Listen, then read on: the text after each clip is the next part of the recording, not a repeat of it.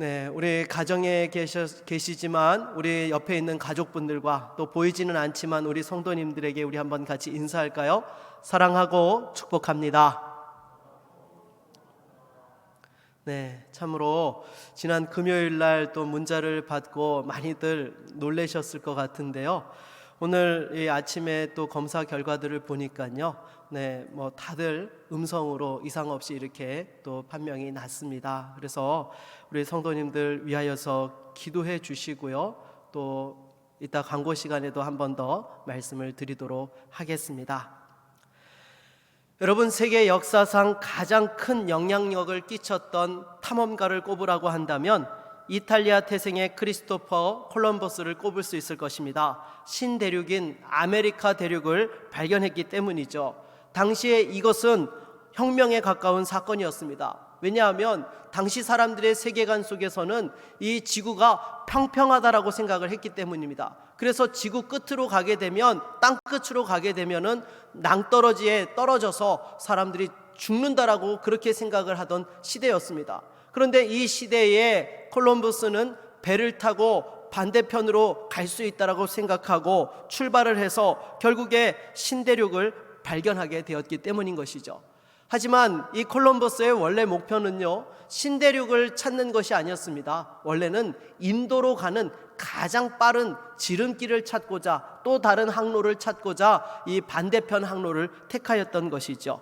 그러면 어떻게 콜럼버스는 이런 시도를 할 수 있었을까요? 콜럼버스의 일기에 그 해답이 있습니다. 그 일기의 한 대목을 보게 되면요, 나의 항해 계획을 들은 모든 사람이 나를 비웃었습니다. 그러나 성령께서 내게 분명한 확신을 주셨습니다. 말씀으로 내게 위로해 주셨습니다.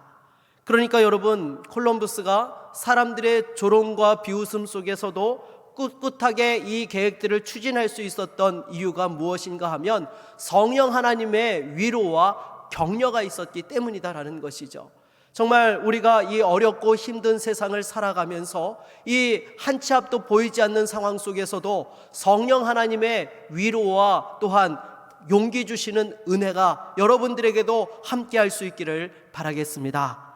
오늘 본문의 이사야 선지자도 마찬가지였죠. 여러분, 지금 이사야서를 기록했던 시기는요, 남유다가 우상을 숭배하고 영적으로 타락해서 쇠락하던 그런 시기에 있었던 것입니다.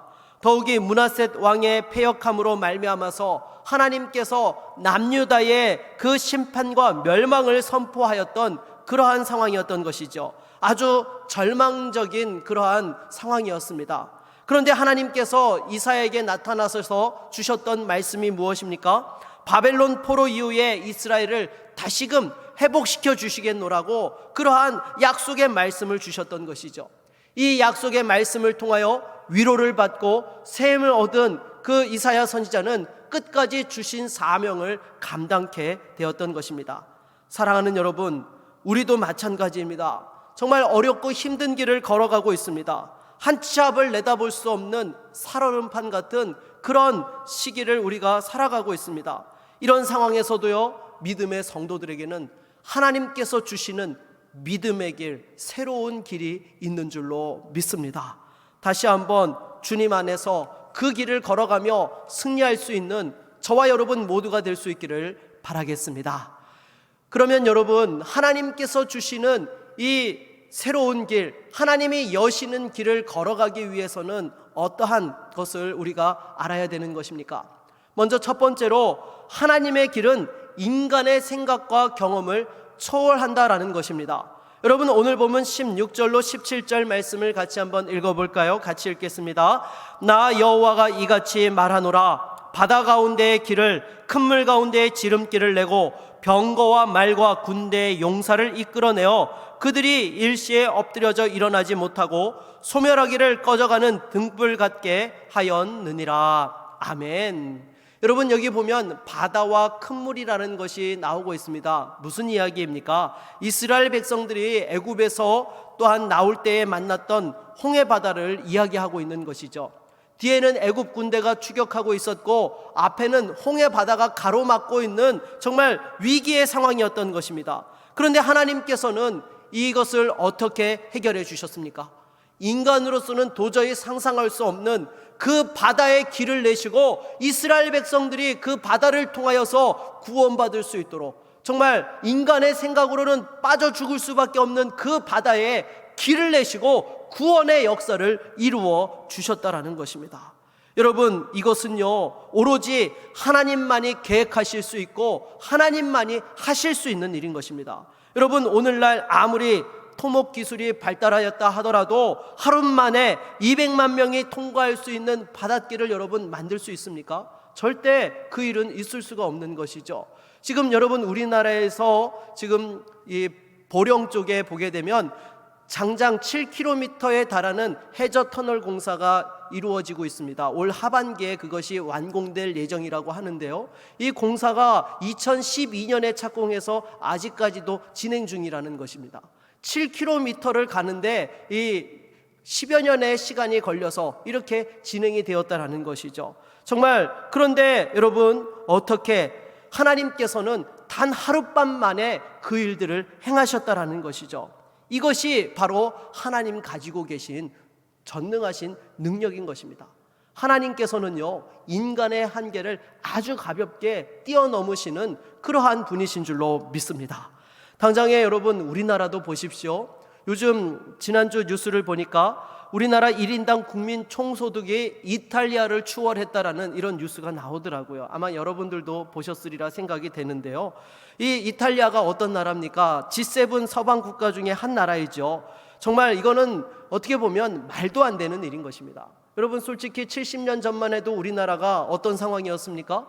그 일제 압제 속에서 식민지에서 해방되자마자 6.25로 말미암아 가지고 전 국토가 황폐화되어서 완전히 폐허가 되어버린 아무것도 없는 그런 나라였습니다. 가진 자원도 없고 땅덩어리도 작은 그런 나라잖아요. 그런데 어떻게 지금 이렇게 70년 만에 전 세계 가장 앞서 있는 선진 국가의 그 반열에 들어서서 한류로 세계 문화를 주도하고 있고, 또 여러 가지 또한 세계의 그 기술과 또 여러 모든 것들을 앞서가는 데 있어서 또 주도하고 있는 그런 나라가 되었다라는 것입니다.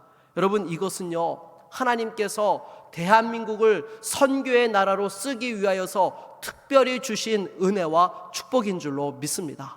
여러분, 우리 구미도 보십시오. 제가 우리 구미에 이렇게 교회 부임할 때에 가장 많이 들었던 이야기가 무엇인가 하면, 이제 구미는 망했다라는 그런 이야기를 제가 참 많이 들었습니다. 왜냐하면 구미를 먹여 살렸던 LG와 삼성 같은 대기업들이 떠나버렸고, 그래서 더 이상 구미는 먹고 살기 어려운 동네가 되었다라고 많은 사람들이 곧 다 떠나갈 것처럼 그렇게 이야기를 했습니다. 그런데 여러분 아십니까? 2015년에 인구가 41만이었는데요 2022년 지금도 여전히 41만입니다. 여러분, 인구가 변하지를 않았습니다. 그리고 여러분, 이 어려운 상황들 속에서도요 정말 하나님께서 구미에 또 새로운 일들을 하고 계시는 줄로 믿습니다. 확장단지와 5공단을 중심으로 구미가 재편되고 있는 것이죠. 이 LG와 삼성 같은 대기업은 떠나갔지만 또 대구 통합 신공항이 근처로 이전을 해오면서 4차 산업의 중심지로 그 5공단이 지금 주목받고 있는 그런 상황에 있는 것이죠. 그래서 여러분, 구미는요 이제 1공단에서 3공단 시절까지는 또 다른 그러한 변화를 경험하게 될 것입니다. 더욱이 확장단지를 중심으로 재편되게 될 것이죠. 어떤 분들은 과거의 인동처럼 또 하나의 그런 상권이 형성되고 번화한 지역이 생겼던 그런 수준으로 생각하는 분들이 계시는데요, 여러분 절대 그렇지 않습니다. 이번에 그 확장단지에 이 모든 도시시설이 들어서고 또 여러 가지 계획들이 이루어지는 것들을 보면요, 그 차원이 다른 거예요. 쉽게 말해서 서울의 그 강남이 개발되었던 것처럼 앞으로 구미의 강남이 될 지역이 바로 확장단지인 것이죠. 그 중심에 여러분, 우리 교회가 서 있는 줄로 믿습니다. 그래서 여러분, 서울에서도요 처음 강남이 개발될 때만 하더라도 많은 사람들이 거길 왜 가냐라고 그렇게들 이야기를 했습니다.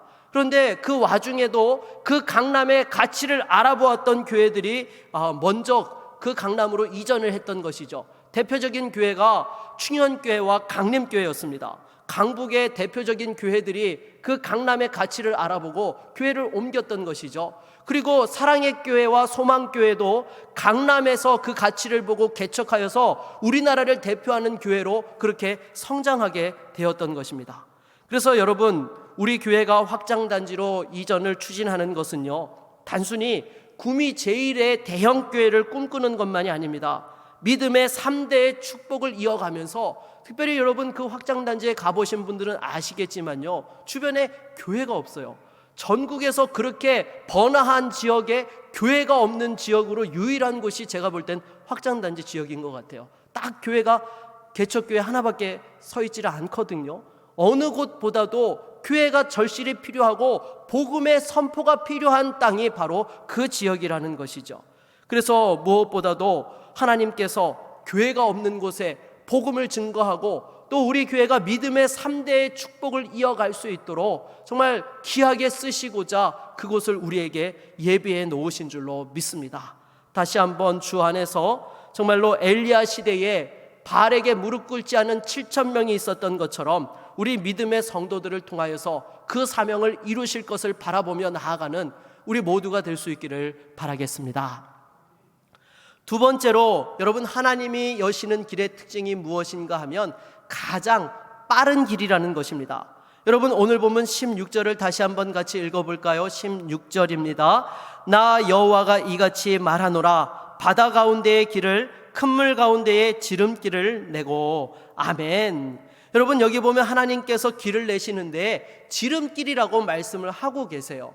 여러분, 그 이스라엘 백성들을 위해서 내셨던 길이 어디입니까? 홍해 바다를 가르지르는 길이었죠. 이것을 사실은 뺑 돌아서 가려고 하면요, 엄청난 시간이 걸리는 길이 바로 인간의 길이었던 것입니다. 그런데 하나님께서는 바다의 길을 내셔서 순식간에 그곳을 통과하게 하셨던 것이죠.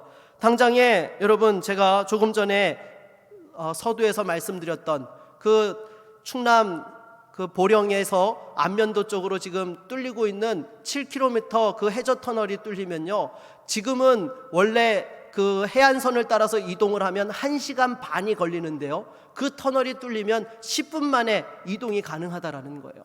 여러분, 엄청나지 않습니까?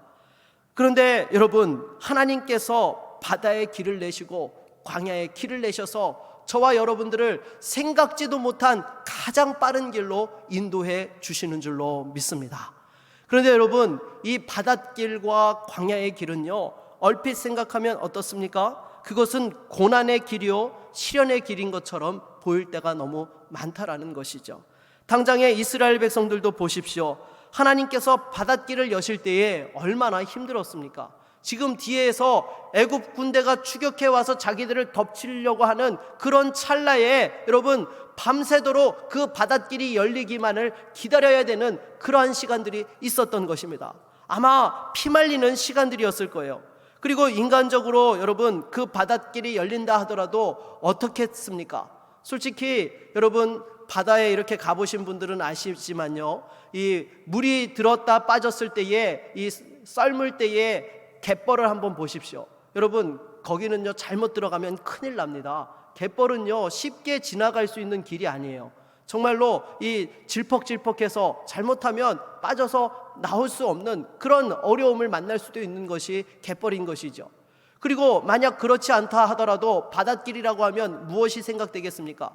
여러분, TV에서 가끔 이 해양 다큐멘터리로 해저의 모습을 카메라로 비춰주는 그런 모습들을 본 적이 있으실 겁니다. 그러면 그 바다 밑바닥으로 들어가기까지는요, 바다가 그냥 평평하지가 않죠. 굴곡이 있어서 바다도 산과 같은 높은 데가 있고 골짜기가 있고 또 울퉁불퉁한 그런 길들이 있는 것을 보게 됩니다. 그러니 여러분, 우리가 일반적으로 하나님이 바닷길을 내신다 하더라도 대번에 생각되는 길은요, 정말 그것을 하나님이 길을 여신다 하시더라도 과연 통과할 수 있을까라고 이렇게 의문점을 가지고 또 정말 막상 쉽게 그 길을 가지 못하는 상황들이 발생할 수 있다라는 것입니다. 그런데 여러분, 하나님께서 내시는 길은요, 인간이 생각하는 길과 다르다라는 거예요. 그리고 하나님께서 길을 내실 때 중요한 것이 무엇입니까? 감당할 수 있는 길을 여시는 줄로 믿습니다. 여러분, 이스라엘 백성들도 보십시오. 이 바닷길을 여셨을 때에 하나님께서 길을 열자마자 바로 건너게 하셨습니까? 아니요. 밤새도록 동풍이 불어와서 그 바닥을 다 말려주셨던 것입니다. 뽀송뽀송하게 마른 땅처럼 건너갈 수 있도록 그렇게 그 바닥을 말려주셨고요. 또 그리고 여러분 출애굽기 그 14장을 보게 되면요, 애굽 군대가 그 바닷길이 닫히기 전에 그 찰나에 어떻게 했어요? 그 길에 들어와서 달렸다라는 것을 보게 됩니다. 여러분, 병거가 달릴 수 있다라는 것은 무엇입니까? 길이 좋다라는 것이죠. 나쁜데 어떻게 병거가 그 길을 달릴 수 있겠습니까? 그래서 여러분, 하나님께서 내시는 길은요, 안전한 길이고 빠른 길이다라는 거예요. 인간의 생각으로는 불가능한 길이고 어떻게 저 길을 갈 수 있겠느냐라고 생각하지만, 아니요, 여러분, 하나님께서는 감당치 못할 길을 여시는 분이 아니세요. 우리가 믿음으로 나아갈 때에 감당할 수 있고 가장 빠르고 안전한 길을 열어주시는 분이 저와 여러분의 하나님 아버지 되시는 줄로 믿습니다. 제가 우리 교회에 처음 부임해서 부임 신방을 하면서 받았던 충격이 있었습니다. 무엇인가 하면 우리 믿음의 그 대가 끊어진 가정들이 너무나 많았던 것이었습니다. 그것도 중직자의 가정에 그런 일들이 많은 것을 보면서 제가 충격이 이만저만이 아니었습니다. 아니, 100년의 역사를 가진 교회에 어떻게 이런 일이, 세상에 이런 일이 아니라 우리 교회에 어떻게 이런 일이라고 제가 정말 충격을 받았던 그런 순간이 있었습니다. 그래서 하나님 앞에 기도했습니다. 하나님, 아니 어떻게 지난 100년 동안 수고하고 헌신한 믿음의 성도의 가정에 이런 아픔들이 있을 수 있습니까? 하나님께서 믿음의 3대의 복을 주셔야지 어떻게 중직자들의 가정에 이런 아픔들이 있을 수 있습니까? 라고 제가 하나님 앞에서 정말 기도했습니다. 그런데 하나님께서 기도할 때 주셨던 감동이 무엇인가 하면 교회 이전에 대한 감동이었던 것입니다. 왜냐하면 여러분, 주거지에서 우리 교회가 멀리 떨어져 있는 데다가 교통도 불편하지요. 버스 한 번에 올 수 있는 거리가 아니잖아요. 그래서 아이들이 스스로 교회에 오기가 어려웠던 것입니다. 그러니 능동적인 신앙생활이 훈련되어지는 것이 아니라 늘 부모님이 챙겨서 데리고 와야지만 교회에 올 수 있는 수동적인 환경에서 신앙생활을 하다 보니까 이 아이들이 믿음의 홀로서기들을 제대로 감당하지 못했던 것입니다. 그래도 그나마 아이들이 피곤해해도 끝까지 깨워서 데리고 오신 분들은 아이들을 믿음 안에서 세우는 부분에 어느 정도 그래도 또 열매들이 있었지만, 여러분, 아이들이 중고등학교 들어가면 어떻습니까? 공부하느라고 힘들지요. 밤늦게까지 공부하고 주일날 아침에도 또 교회 오려면 일찍 일어나서 와야 되는데 그게 쉽지가 않은 거예요. 그래서 부모님들은 또한 교회에 와서 봉사를 해야 되다 보니까 타협안으로 그러면 인근 교회에 나가서 예배 드려라 라고 이렇게 또 나름대로 타협안을 만들었던 분들이 계셨을 것입니다. 그런데 부모님이 함께 신앙생활을 하지 않으니까 영적인 관리들이 제대로 안 되어서 또 그 가운데에서 신앙이 흐지부지해지고 무너지는 일들이 벌어졌던 것이죠. 그리고 나서 가정을 떠나서 타지로 대학을 가고 직장을 가니까 거기서 신앙을 떠나버린 경우가 한둘이 아니다라는 것이죠. 그래서 부임 초기부터 제가 하나님 앞에 기도한 것이 교회 이전을 놓고 기도한 겁니다. 왜냐하면 이거는 단순하게 전도를 많이 하기 위해서 보다도 우리 교회의 자녀들의 믿음의 대가 끊어지지 않게 하기 위해서 가장 절실한 부분이 바로 이 부분이라는 그 위기감이 제가 들어서 오자마자 부임 초기부터 이 기도를 하였고, 우리 성도들에게도 제가 틈날 때마다 이 부분들에 대해서 말씀을 드렸던 것입니다. 그래서 제가 기도하면서 가장 먼저 눈에 들어왔던 지역이 바로 확장단지의 지금 교회 부지였던 것입니다. 하지만 제가 이 땅을 추진하려고 했을 때에 우리 장로님들과 쉽게 공감대 형성이 어려웠습니다. 쉽지 않았습니다. 크게 3가지 문제점들을 많이 이야기하셨어요. 먼저 첫 번째로 너무 치우쳐졌다. 그리고 2번째로 땅이 너무 작다. 3번째로 교회 뒤편에 그 케이블 헤드, 지중화 케이블 그 부분에 전자파 위험이 있을 것 같아서 싫다. 이 3가지를 가지고 반대 의견을 말씀들을 하셨던 것입니다. 그런데 여러분, 우리 교회 위치가 지금은 어떻습니까? 구미의 중심에 있어요. 차를 가지고 어디에서든지 한 20분 정도면 도착할 수 있는 그런 위치에 우리 교회가 있습니다. 하지만 이렇게 교회가 구미의 중심되는 위치에 있다라고 하지만 걸어서 올 수 있는 분은 몇 명이나 되십니까? 제가 보니까요, 샬롬 아파트 주민 빼놓고는요, 우리 교회에 걸어올 수 있는 분이 없습니다. 교역자 빼면 우리 교회 성도들 10명도 채 되지를 않아요. 이런 상황 속에서 여러분, 정말로 이거 교회가 사실 있을 수 있는 위치가 아닌 것이죠.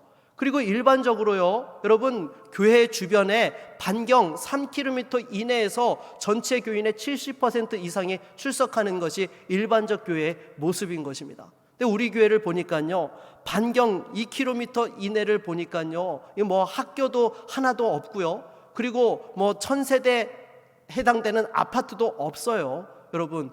그런데도 이렇게 여러분 우리 교회가 모이기에 힘쓰고 또 이렇게 예배당이 채워진다라는 것은 하나님의 특별한 은혜인 줄로 믿습니다.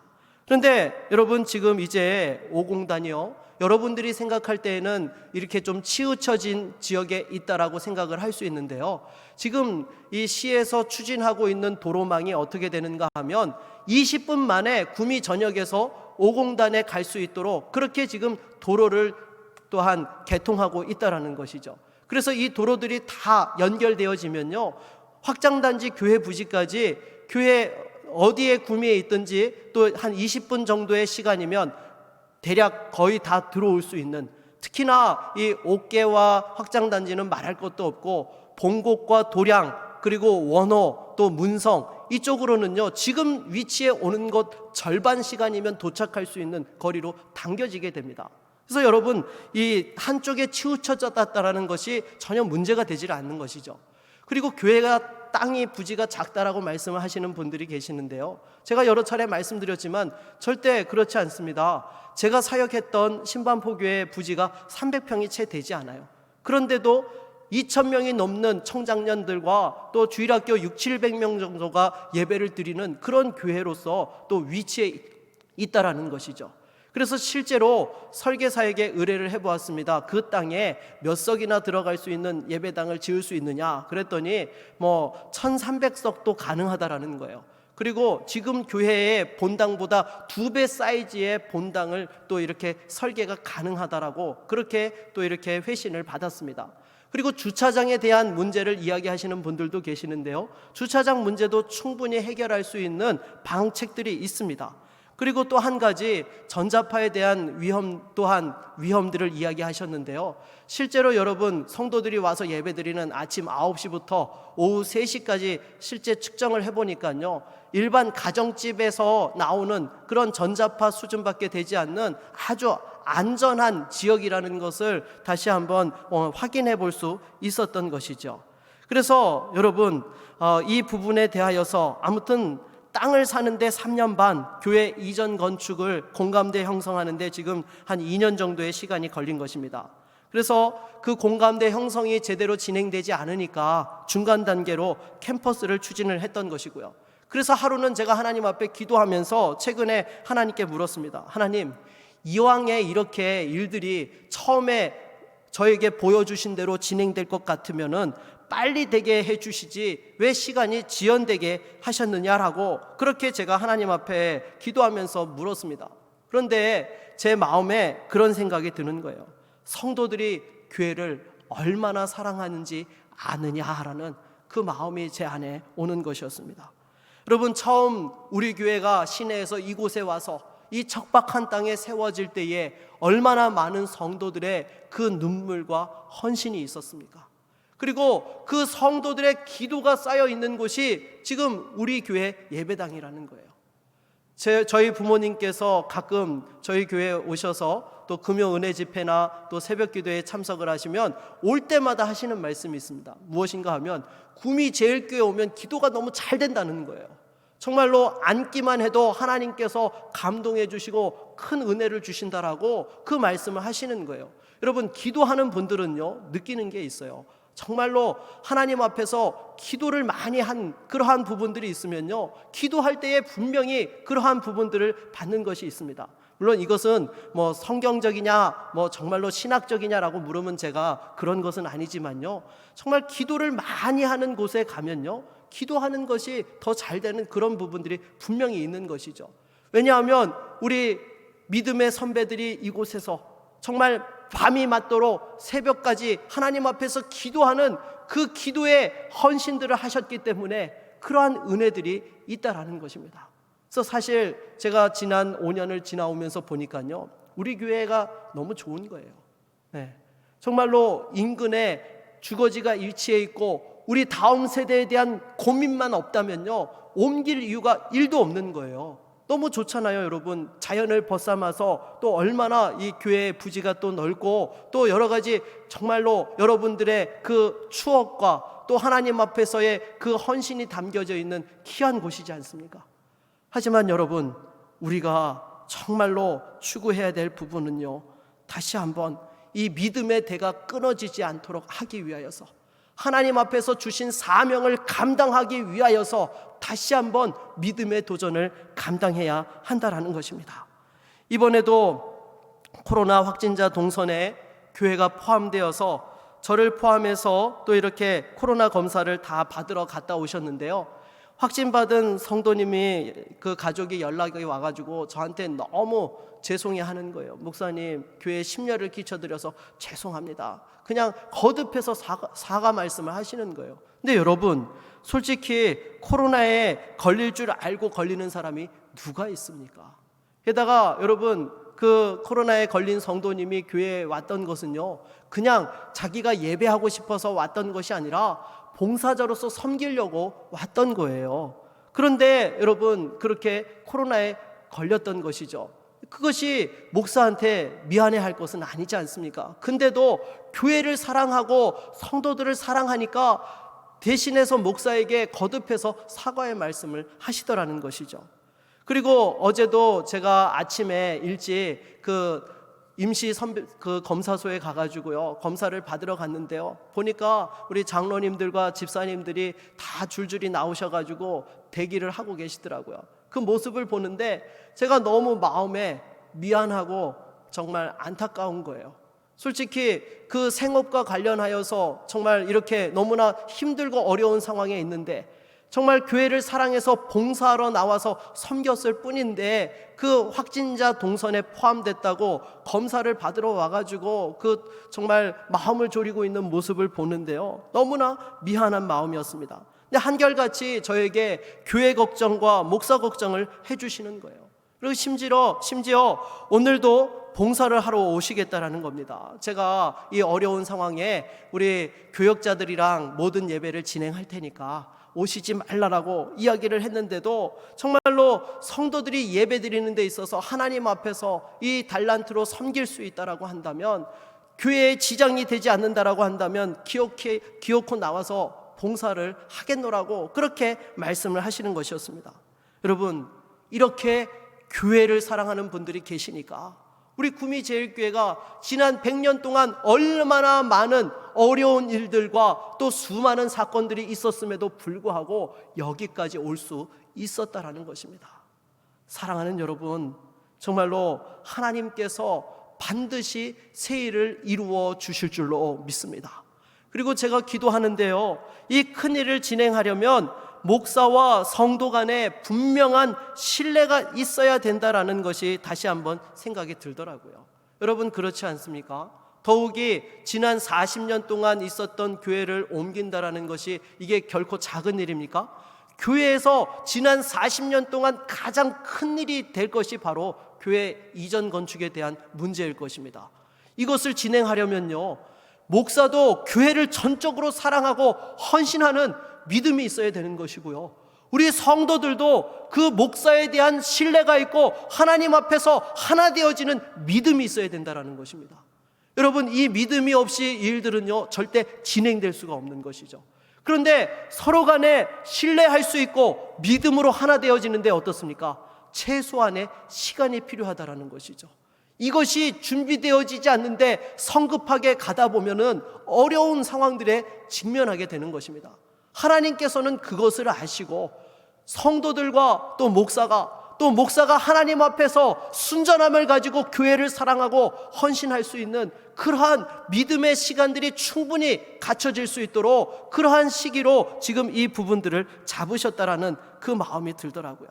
그러기에 여러분, 지금 이 일을 추진하는 것이 늦은 것이 아니라 가장 최적의 타이밍이요, 하나님께서 주시는 지름길이 되어진 줄로 믿습니다. 여러분, 인생에서도 마찬가지입니다. 하나님께서 여시는 길은요, 가장 빠른 길이고 안전한 길이고 최적의 타이밍에 허락해 주신다라는 것입니다.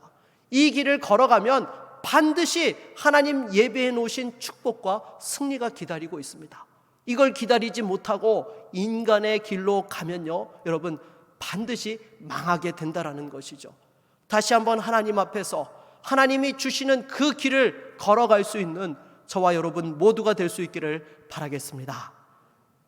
마지막으로 하나님이 여시는 길을 걸어가려면 믿음이 있어야 합니다. 여러분, 이처럼 하나님이 여시는 길을 걸어가려면요, 필요한 것이 있어요. 무엇이에요? 믿음이 있어야 돼요. 하나님이 여시는 길은요, 일반적이지 않습니다. 사람이 생각할 때는 도저히 일어나지 않을 것 같은, 그리고 열릴 수 없을 것 같이 생각되어지는 길이 바로 하나님이 여시는 길의 특징인 것입니다. 그렇기 때문에 이 길을 걸어가려면 무엇이 필요합니까? 믿음이 필요한 거예요. 이스라엘 백성들도 보십시오. 하나님께서 그 바닷길을 여셨지만 믿음이 없으면 그 길을 갈 수 있습니까? 없습니까? 못 갑니다. 언제 바다가 흐르게 될지 모르는데 하나님에 대한 믿음의 확신이 없으면 어떻게 그 바닷길로 들어설 수 있겠습니까?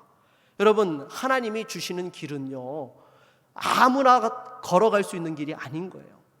믿음이 있어야지만 갈 수 있는 길인 것입니다. 그리고 그 길은요, 여러분, 인간이 생각할 때는 도저히 갈 수 없는 길처럼 보인다라는 것입니다. 그럼에도 여러분, 하나님 주시는 길은 은혜의 길이요, 축복의 길이요, 가장 빠르고 안전한 길이 되어지는 줄로 믿습니다. 그래서 오늘 본문 18절로 19절 말씀을 보게 되면 무엇이라고 말씀합니까? 너희는 이전 일을 기억하지 말며 옛날 일을 생각하지 말라. 보라, 내가 새 일을 행하리니 이제 나타낼 것이라. 너희가 그것을 알지 못하겠느냐? 반드시 내가 광야의 길을, 사막의 강을 내리니. 아멘. 여러분, 어떻게 이러한 일들이 가능할 수 있는 것입니까? 하나님께서 전능하시기 때문인 줄로 믿습니다. 저와 여러분들을 사랑하시기 때문인 줄로 믿습니다.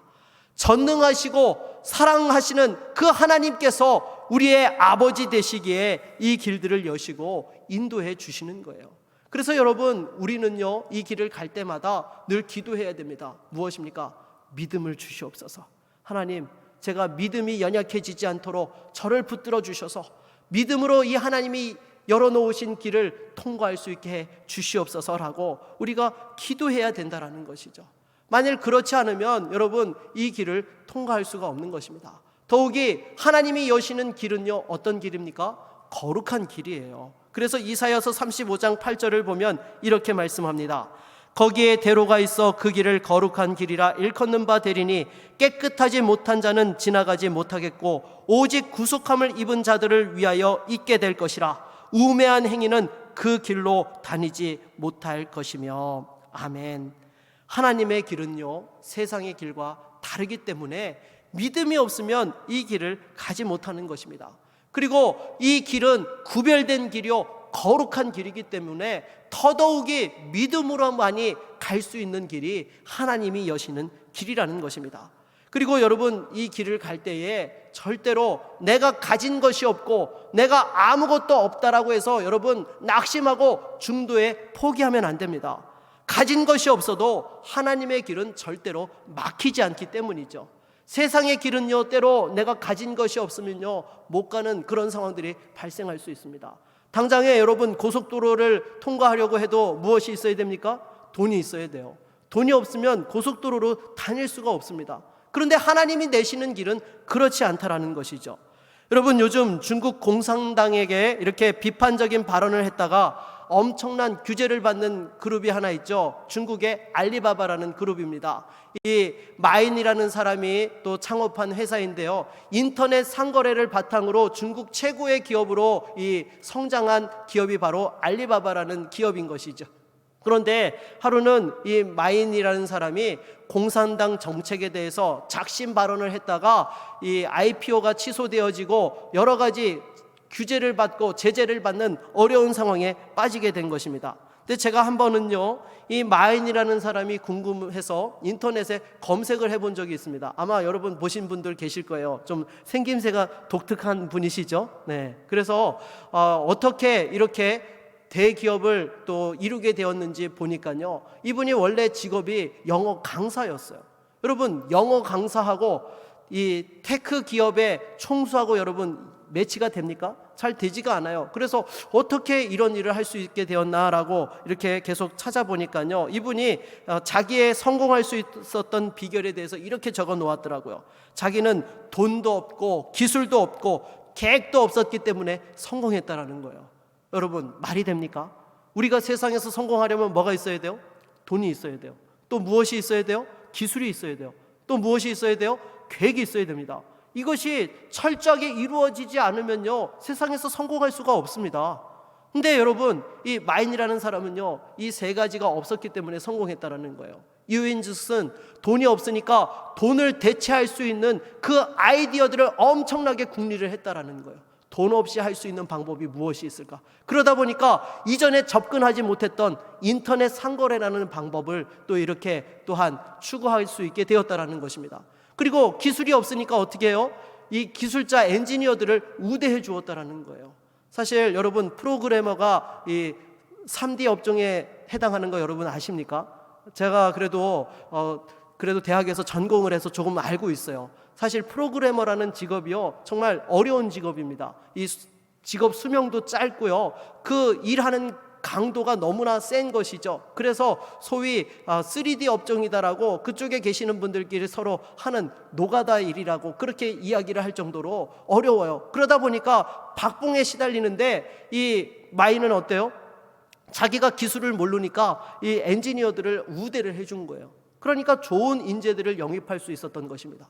그리고 나서 계획이 없으니까 어때요? 이 변화하는 상황 속에서 유연하게 대처할 수 있게 되어서 자기의 그 기업이 이렇게까지 발전할 수 있었다라고 이야기하는 것을 보았습니다. 여러분, 안 믿는 사람도 여러분 세상에서 이렇게 포기하지 않고 그 자신의 나름대로의 일들을 추구하면서 이루어내는 그러한 삶을 사는데요, 우리 믿음의 성도들은 어떻게 됩니까? 저와 여러분들에게는 전능하신 하나님이 계신 줄로 믿습니다. 여러분, 우리 하나님을 의지할 때에 내가 가진 것이 부족해도 그 모든 것들을 채워주시고 내가 없는 것들을 해결해 주시며 반드시 하나님의 그 약속을 이룰 수 있도록 인도해 주시는 줄로 믿습니다.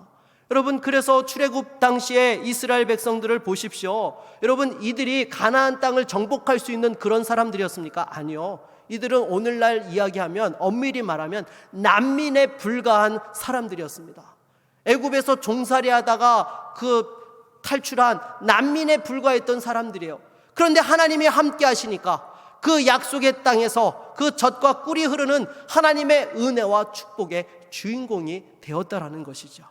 사랑하는 여러분, 다른 사람들과 비교하지 마십시오. 가진 것이 없다라고, 내가 어려운 상황에 처해 있다라고 불평하고 낙심하지 마십시오. 오히려 모든 것에 만물의 주가 되시는 전능하신 하나님을 의지할 때에 그 하나님께서 여러분들의 인생을 책임져 주시고 다시 한번 사망의 강을 내시고 광야의 길을 내시며 여러분들의 인생을 책임져 주시고 그 필요한 모든 것들을 공급해 주실 줄로 믿습니다. 말씀을 맺겠습니다. 앞이 캄캄하고 보이지 않습니까? 두려워하지 마십시오. 하나님 의지할 때 반드시 길을 열어주십니다. 여러분, 그 길을 여실 때에 조심할 부분이 있습니다. 기다리지 못하고 세상 길로 가면 안 됩니다. 하나님께서 열어주실 때까지 기다리고 믿음으로 통과할 때에 예비해 놓으신 그 은혜와 축복의 주인공들이 될 수 있는 것입니다. 무엇보다도 올 2021년 여러분의 인생길에서 전능하신 하나님의 길을 경험하고 그 길을 통하여 은혜와 축복을 누릴 수 있는 저와 여러분 모두가 될 수 있기를 주의 이름으로 축원합니다.